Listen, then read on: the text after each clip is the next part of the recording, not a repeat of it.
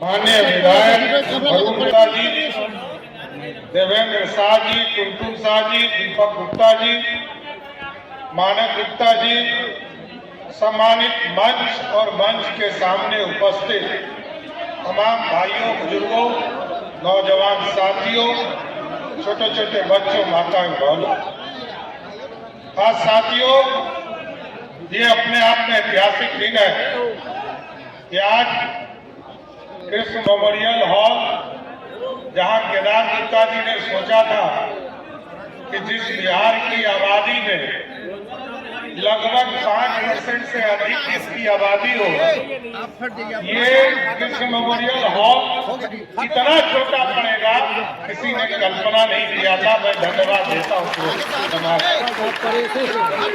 और इसलिए मैंने कहा कि सर्वप्रथम मैंने बंसी चाचा का नाम लिया था, जिस व्यक्ति ने इस समाज को सींचने के लिए, समाज में लोग आसानी से जीवन जी सके, आंदोलन करते करते अपने जीवन को त्याग लिया, वैसे बंसी चाचा को भी हम शहीद मानते हैं, जिसने अपने प्राण की आहुति देकर इस बिहार में सीतामढ़ी के जिले में आंदोलन करके लोगों को मुख्य धारा से जोड़ने का काम किया।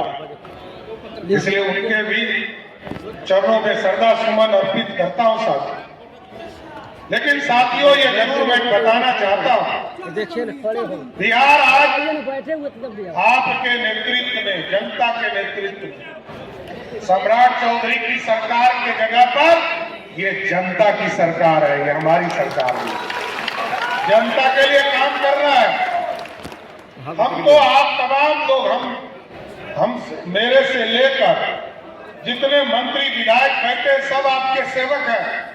हमारे यहाँ कोई राजा का प्रथा नहीं है साथी, लेकिन मैं जरूर आश्वस्त करता हूँ बिहार की जनता को, बिहार के सपनों को साकार करने के लिए एक एक दिन, एक एक घंटा लगाकर बिहार के विकास को आगे बढ़ाने का काम करें। और देश के यशस्वी प्रधानमंत्री आदरणीय नरेंद्र मोदी जी चाहते हैं कि देश विकसित हो, और पूर्व मुख्यमंत्री नीतीश कुमार जी ने समृद्ध बिहार का सपना सोचा था साहब। ये दोनों नेता ने जो सपना देखा, 25 साल जब 2037 में पूरा होगा बिहार का, और 2047 में जब विकसित भारत का सपना और 100 साल का भारत होगा, एकदम गारंटी देता हूं, ये बिहार बदला हुआ होगा और बिहार की आर्थिक स्थिति बदलेगी। और साथियों, आप जानते हैं, हम लोगों ने कई फैसले लिए, ये सामाजिक संरचना हो, यह गांव में गरीबों की चिंता करना। सरदार कर्पूरी ठाकुर जी को भारत रत्न भी किसी पार्टी और किसी गठबंधन की सरकार ने दिया, वो नरेंद्र मोदी की सरकार था जिसने अपनी पिछड़ा का चिंता किया। हम लोगों ने स्किल यूनिवर्सिटी बनाने का काम शुरू किया। अभी आप देखिए, हम लोगों ने 2 यूनिवर्सिटी की स्थापना का काम शुरू किया।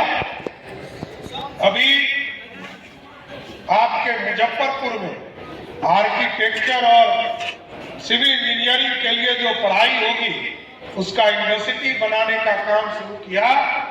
तो शहीद जुब्बा सहनी के नाम पर, अति पिछड़ा के बेटा के नाम पर। इसलिए साथियों, एक एक वर्ग को चिन्हित करना है, और कानूनी समाज तो इस समाज का रीढ़ है, जिसने बिहार में लगातार बिहार के विकास की समृद्धि के लिए कई चीजें करने का काम किया है। मैं आता हूं, उस पर भी आऊंगा, लेकिन मैं जरूर ये कहना चाहता हूं साथियों कि आपने काम दिया था, एनडीए को वोट दिया था, मोदी जी और नीतीश जी पर भरोसा किया था, और मोदी जी का नीतीश जी का स्पष्ट मानना है, बिहार की जनता को कष्ट नहीं हो इसकी चिंता करो। मैंने सहयोग पोर्टल लाया और सहयोग का सिविल कार्यक्रम शुरू कराया। और आप सोचिए, जिसके लिए हमको रोज कलेक्टर के पीछे दौड़ना पड़ता था, बीडीओ साहब के पीछे दौड़ना पड़ता था, विधायक जी के पीछे दौड़ना पड़ता था, आज कोई भी व्यक्ति अपने घर से बैठकर सहयोग कार्यक्रम में, सहयोग शिविर में जुड़ जाता है और एक आवेदन दे देता है।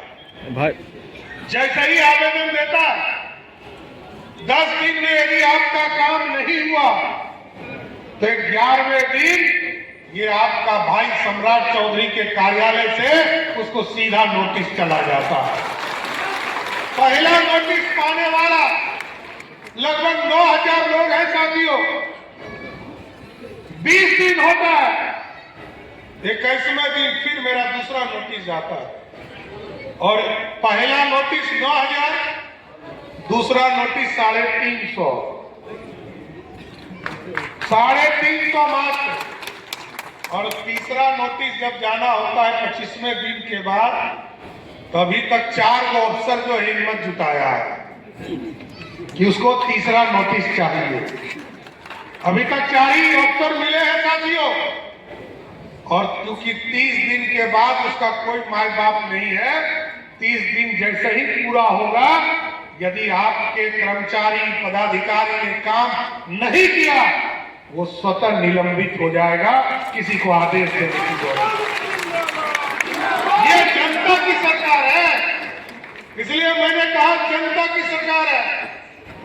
ये किसी व्यक्ति, किसी पार्टी, किसी गठबंधन की सरकार तो है क्योंकि आपने भरोसा जाहिर किया, लेकिन ये जनता के भरोसा वाली सरकार है, जनता के सीधा संवाद चाहती।